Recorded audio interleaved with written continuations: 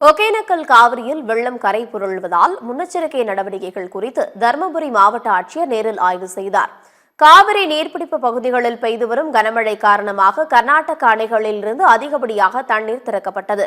தற்போது கர்நாடக அணைகளில் திறக்கப்படும் நீரின் அளவு 70,000 கன அடிக்கும் கீழ் குறைக்கப்பட்டுள்ளது. இதனால் ஒகேனக்கல் காவிரி ஆற்றில் நீர்வரத்து 88,000 கன அடியிலிருந்து 70,000 கன அடியாக குறைந்துள்ளது.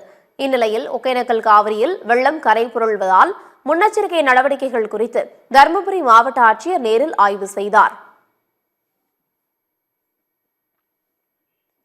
இந்நிலையில் நீர்வரத்து அதிகரித்துள்ளதால் மேட்டூர் அணை முழு கொள்ளளவை தொடங்கியுள்ளது. அணையின் நீர்மட்டம் 120 அடியை எட்டியுள்ளதால் எந்த நேரத்திலும் அணையிலிருந்து அதிகப்படியான நீர் திறக்க வாய்ப்புள்ளதால் கரையோர மக்களுக்கு வெள்ள அபாய எச்சரிக்கை விடுக்கப்பட்டுள்ளது. காவிரி கரையோரம் மற்றும் தாழ்வான பகுதியில் வசிக்கும் மக்கள் அனைவரும் பாதுகாப்பான இடங்களுக்கு செல்லுமாறு அறிவுறுத்தப்படுகிறது. மேலும் காவிரி ஆற்றில் துணி துவைக்கவோ, செல்ஃபி எடுக்கவோ, புகைப்படம் எடுக்கவோ